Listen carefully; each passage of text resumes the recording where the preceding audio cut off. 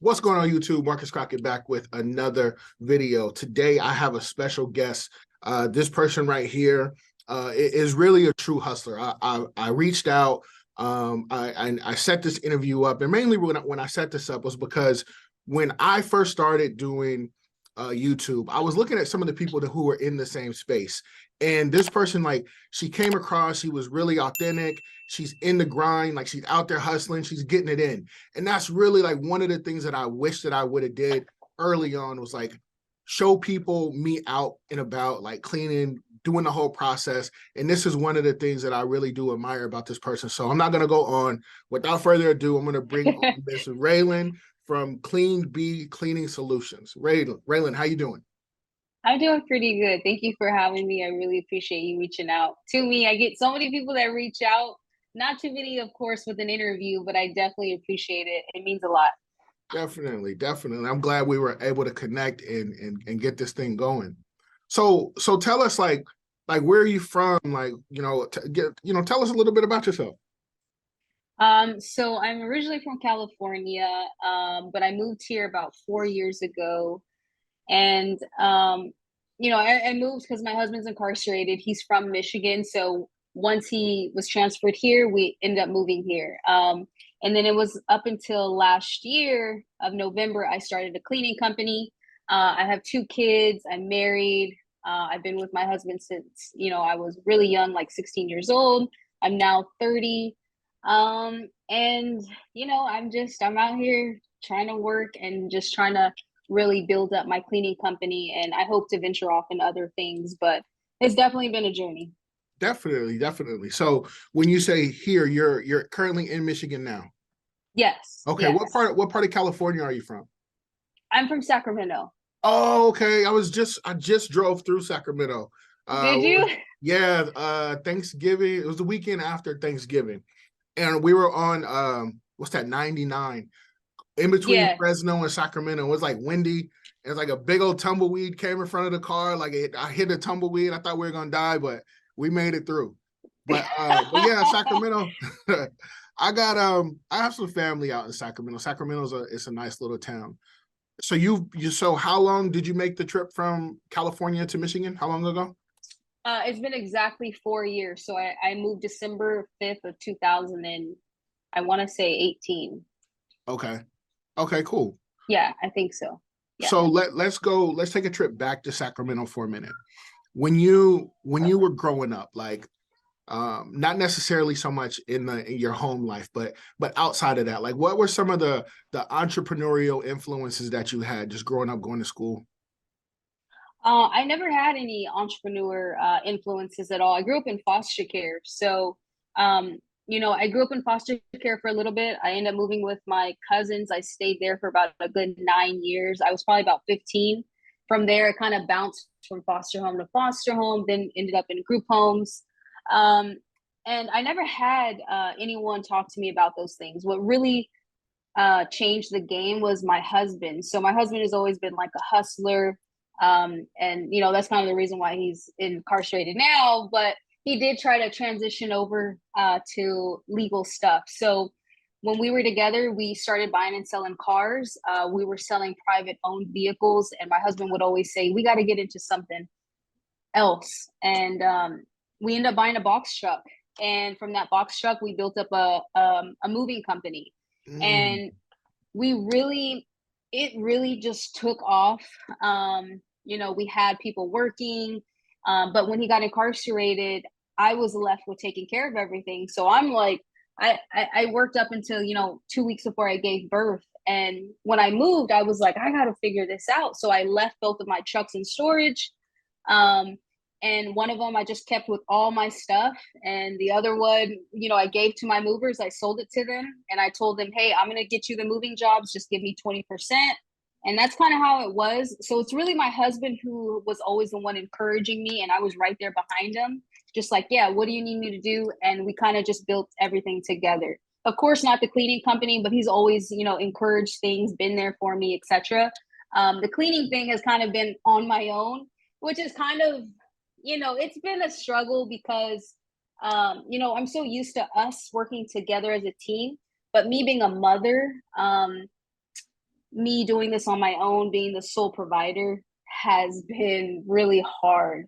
So I think that's another reason why I work so hard, because it's all on me right now. Definitely. That's amazing. So like what I'm hearing is, again, like this seems to be like a common thing is, when you're faced with adversity, not just you, but entrepreneurs in general, like when we're faced with adversity, we always have to kind of figure out a way how to like overcome that thing and move on to the next thing. Like the grind never stops. You just gotta keep going and going and going. But Yeah. so that's really what I'm hearing. And that's amazing that, you know what I mean, you're able to basically, you're in the situation you're in now and you're shouldering the load and you're doing all of these different things.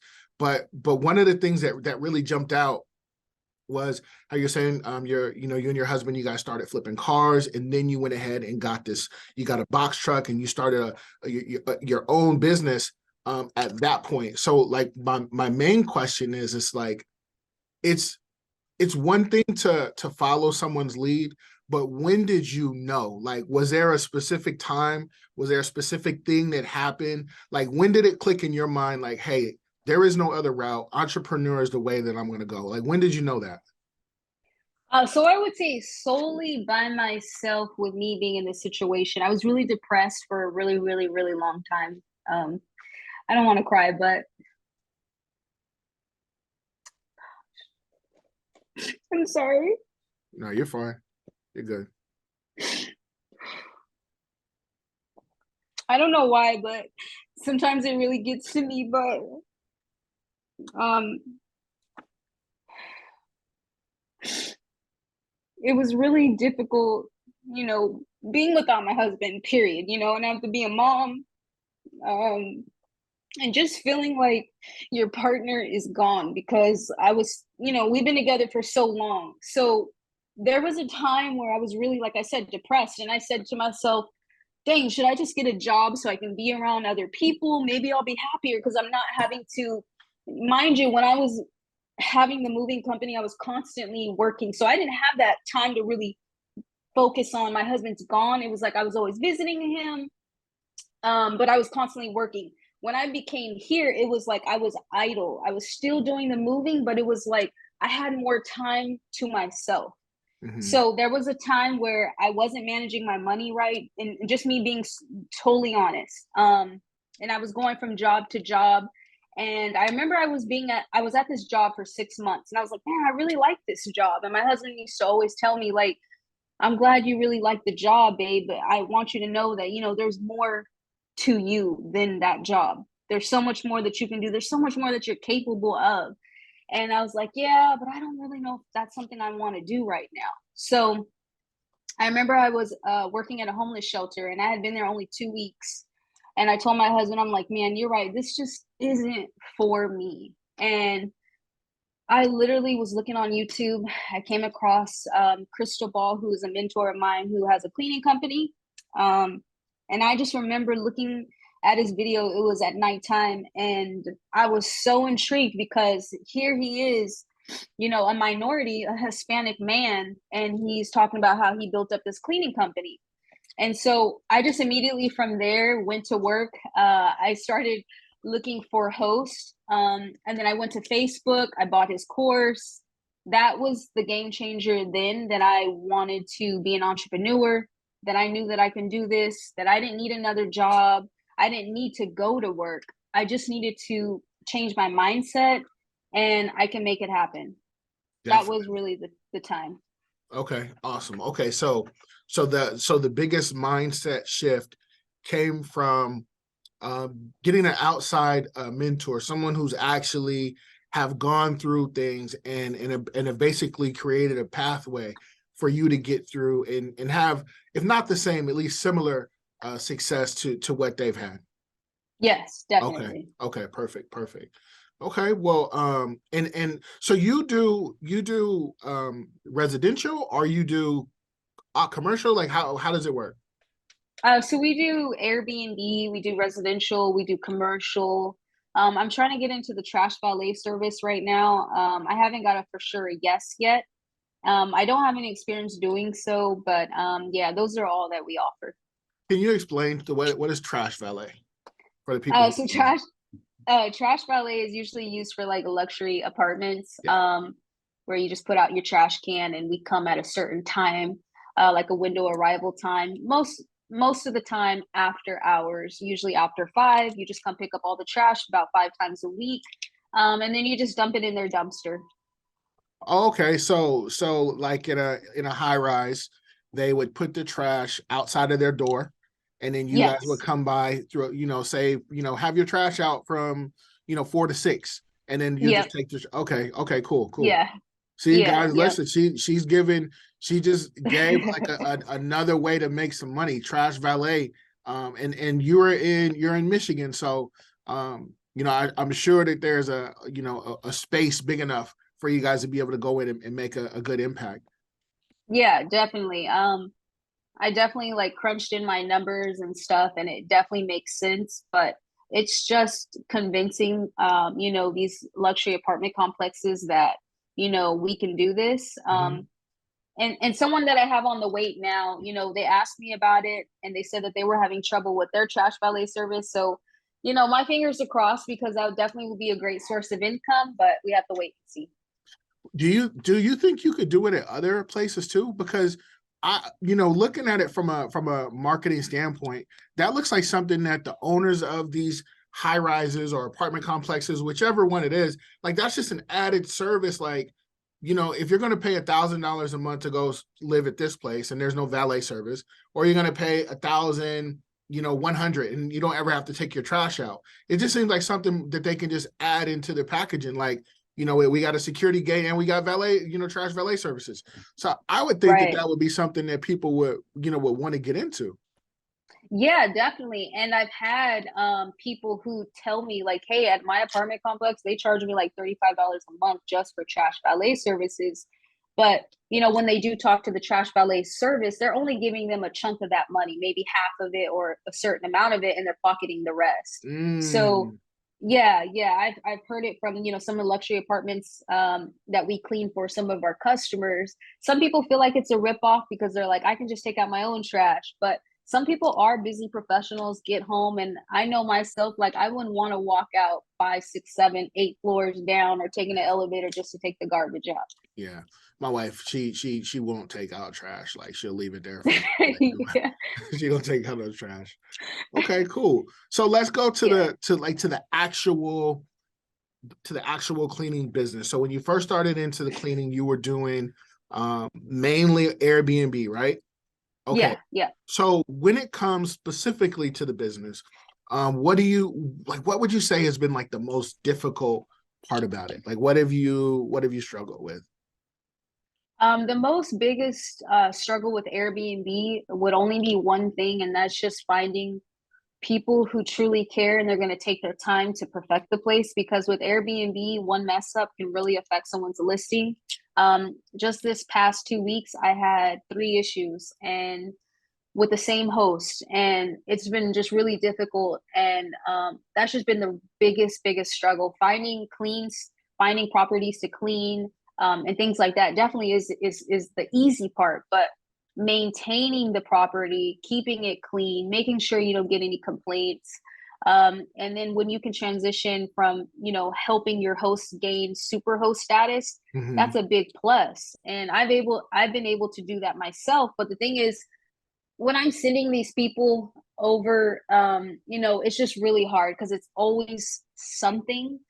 So just really perfecting, that part of it is just the hardest part. Which one do you like more? Do you like the residential side or the commercial side? I really like the commercial side because I feel like it is a lot easier, less headache. Residential, you find yourself someone's always going to complain about something. Someone will say they weren't here long enough, they didn't do this, they didn't do Mm. that.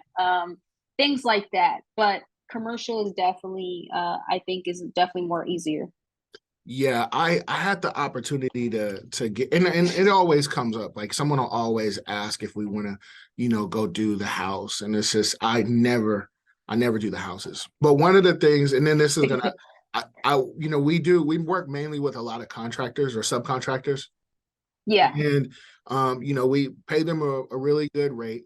And then if they want to go ahead and if let's say if the customer offers like, hey, do you guys do houses? If they want to go do the house, then I'll let them go deal with the house, and we don't want any of the money that's involved with that. Like that'll be so now they can acquire a client on their own that way.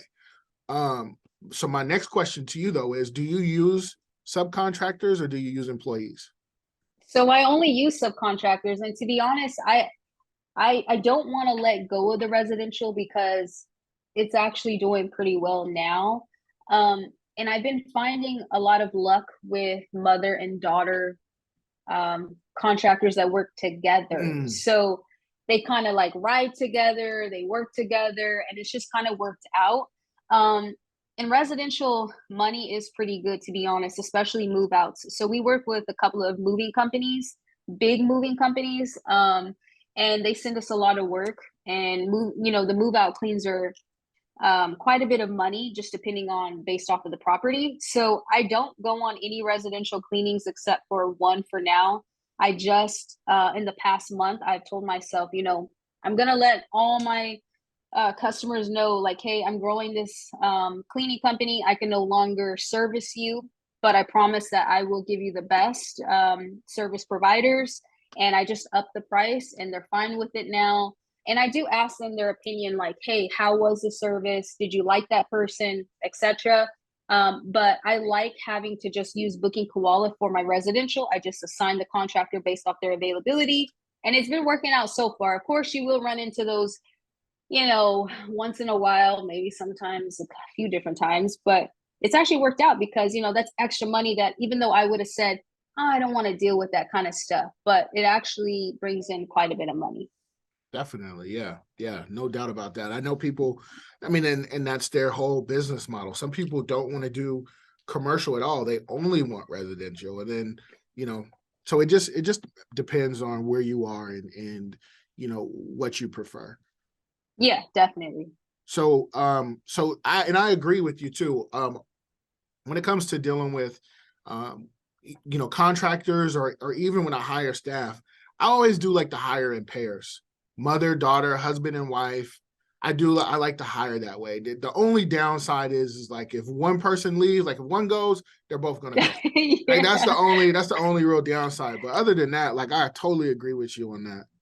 Yeah, definitely. Yeah, that's the only thing. And even I've had I end up using a lot of times I'll use TaskRabbit. Is it TaskRabbit? Yeah, I'll use TaskRabbit, I'll use care.com. And a lot of like Ukrainian people are also looking for work. So Hmm. especially in this time now. Yeah. So I use this one cleaning company, and she is, family members with a lot of them. And so it's kind of worked out. I like using small cleaning companies, but I also like using people who are also just looking for, wanting to do the cleaning work, who've worked for other companies before. Like I have now three contractors who have worked for a cleaning company, and they're like, yeah, we only get $15 an hour. And I'm like, hey, I'll give you 65 to 70% of the job, which they like because before they were subcontractors, but they were only making $15 an hour. So they're kind of taking a long time on the jobs just to be able to make ends meet. Yeah. So they've liked how we've been able to transition that into this Yeah. thing. I mean, I think it's crazy that people are still getting away with paying $15 an hour for a subcontractor. We Yeah, operate the same way, Raylan. It's like you get a percentage of the contract. So it can take you 2 hours, it could take you 6 hours. The percentage is going to be the percentage. And I exactly. think that that's just the best way to go about it. Yeah, I definitely agree. I feel like it just works out better. Um, and I like it. I like it better, to be honest. It just works out. So let me ask you, where have you found the most success finding your subcontractors? The most success I have found is, to be honest, is Indeed. Oh, Indeed and TaskRabbit.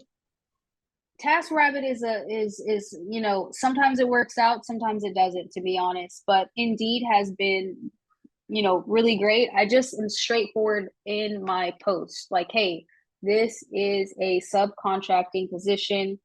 You got to have your own transportation. We don't pay for gas or anything like that. You make a certain percentage of the job. You got to have your own supplies. And then that way it weeds out the people that are just trying to, play around. Are you ready to work or not? Because I can get you a job by tomorrow. So that's kind of like how it works out for me. Okay, cool. What about and just the crazy thing too is like I've never had any success well, no, I take that back. I just get success through other ways, but Indeed hasn't worked out for us too much. So Really? but that's cool that it works for you though. Yeah. So Yeah. what about the vetting process? Like what's the best way that you found to vet people? Because you have to trust these contractors or subcontractors to go into these people's houses, do a good job, because at the end of the day, it's your name that's on the line. So like what Absolutely. have you found that has been the best one of the best vetting processes? I think number one is their experience. So, in the beginning, it was I've done cleaning jobs before, and I was just trying to find anyone that's going to pass a background check and is willing to learn, but also I can't teach them anything because they're a subcontractor. Yeah. But finding people who've actually worked for a cleaning company before is the best bet. Like I said, you can't train them. So that has really just been the best part. And I like using TaskRabbit, Care.com also. It hasn't always been a success, but they're already background checked because, like TaskRabbit, you have to pay for your own background check in order for you to even be placed on the platform because you're going into people's homes. But then I'm also able to look at these reviews. I'm also able to look at, other people's experience, but asking them questions like that, letting them understand the process of it all.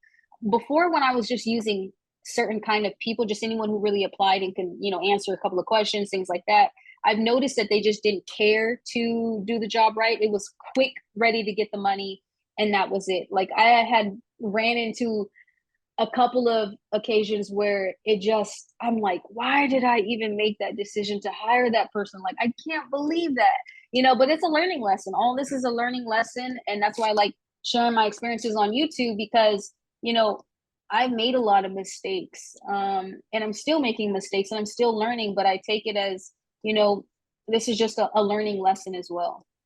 Definitely. Now you have not non-compete, but your solicitation, right? You have Yes. your agreements in place, so no one can come and your subcontractors can't take anything. Have Right. you ever had any situations or experiences where a subcontractor tried to take one of your clients or did take one of your clients? Has that ever happened? No, no, not at all. Not yet. I'm Yeah. sure it will happen down the line, but it definitely hasn't happened, no. If I was doing residential, I think like in all of the things that you said, like your vetting process, it mirrors a lot of what we do. But I think if I was in residential, one of the things that I would do I would probably send like my new subcontractors to maybe like a family member's house, have them clean the house, and then ask the family member, hey, why don't you see if they'll if they'll come back and just do business with you two and cut me out. And if they say, yeah, we'll do it, then I know that subcontractor, they're not going to work out for us. They tried to take business. But if they say no and they did a good job, then it's like, okay, well, now I know that I got someone good. Yeah, yeah, definitely. Oh yeah, I think that's a great idea. Like even with my customers, who will pay tips on our platform and stuff and such, I feel like communication and me just really caring about them and making sure that this is an easy process for them.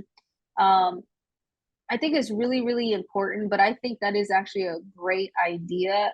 Thankfully, I haven't had that situation happen to me, but I think that that's like a test. You would run a little test to see if, they would fail. And Yeah. that's a great idea. I'm giving jewels. That's what I do. Right, right. Okay, so we talked about what's his name? Crystal Ball? Crystal ball. Cristobal. That's his real name.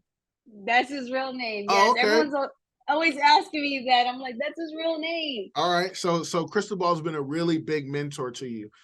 Who can you mention any of your other mentors, or maybe even books that you use or that you go back to that have been inspirational? Besides Cristobal and my husband, I just try to listen to a lot of Eric Thomas, a lot of just most motivational stuff on YouTube. Mm-hmm. I do oftentimes look at just people in general who are entrepreneurs, who are hustlers, and people who are in the cleaning industry. Like, there's this new young lady named Carolyn. She was on AJ Simmons' video. I think she has a cleaning company like in New Jersey or something like that.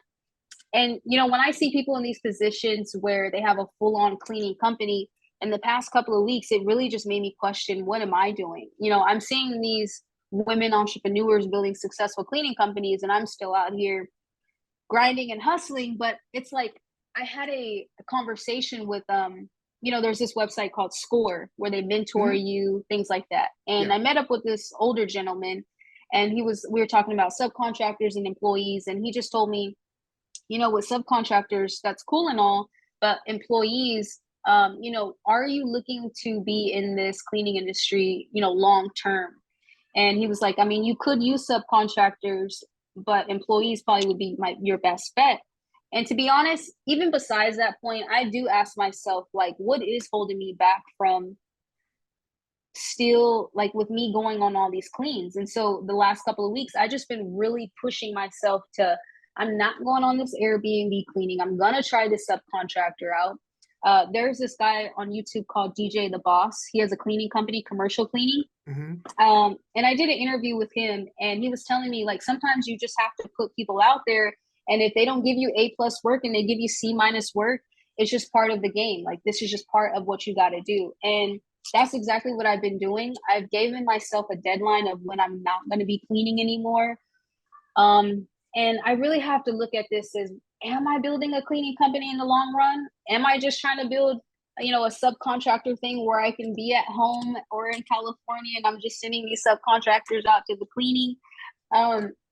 It just really making me look at it a little bit different. And like I said, me looking at these other entrepreneurs who are, having successful cleaning companies, it just makes me feel like I need to be a little bit more on my toes, and I really need to focus and really think about what I'm building. Yeah, definitely. To your mentor at Score, I use a mentor at Score as well.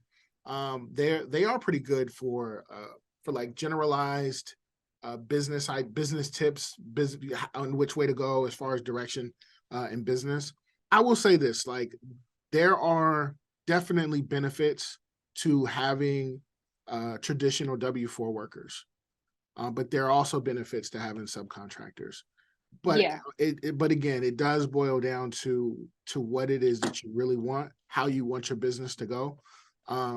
When you're dealing with W-4 employees, from my experience, like, you're in control of everything, like how people get trained, their uniforms, making sure people pass background checks and I-9, like, can they legally work in the US? You're in charge of putting together every cog in the wheel so that the machine flows. When you're working with contractors, what I found out is, well, when you're working with subcontractors, they're kind of in charge of their own little wheels, right? You're just putting them in place, but you have to have um, either time or people in place to manage all of it, right? Like, once you start, and I don't know where, I don't want to ask where your income is, but once you start, moving up higher and higher, the more management you're going to need on either side. But I think that Yeah. both have their place. It just depends on what it is that you truly want. Yes, absolutely. Absolutely. And just me getting, I get a lot of people who comment on my videos and such, and people who are rooting for me and stuff like that. And, like you just said, I do want to, I like using contractors, but, like the no uniform thing and not seeing our logos and no control. And canceling last minute, literally last minute. Man, I have dealt with so much of that stuff that it's just like, man. And honestly, sometimes I go back and forth with myself. Do I want employees? But I also do like having subcontractors. I think it really, because there are some good subcontractors out there. And I really do like using the mother and daughter duos because I feel like it just really works out. And, this is all, this has just been, my first year of all this. So, we'll see where it goes. You've only been doing this for a year. Yeah, just Oh, for a okay, my year. bad. I should have asked that a long time ago. Okay. No, that's okay. Nah, you're That's doing okay. good, Yeah. man. Yeah, first year, you're doing real good. Yeah, Um, yeah. so one thing that I would advise for 2023 is, you just said that, subcontractors, like, they don't show up last minute. One thing I would advise is that you would put in a clause in the contract, like, if you don't show up within this time frame, or you don't give us a 24-hour notice that you're not coming, you show up, we now are going to charge you. I've heard that. I do that. Like, Oh, that's, do you? yes. Yeah. Like, you should definitely have that in your, yeah, Raylan, you got to have that type of stuff. Otherwise, people just treat it like it's a job. You know what I mean? Like, and you want them to look at their business the same way you look at your business. It's a business. Absolutely. Yeah. Yes. Yeah. You Yeah, definitely definitely. want to have a clause like that put in there. So if you could go back in time, right? Let's say a year ago when you first started, right? You know all of the things but you can only take one thing and tell yourself a year ago, hey, do this. What would it be as far as business goes? Um, I think that I think the thing that I would tell myself is to honestly know, am I wanting to do this solo, or am I wanting to build a team?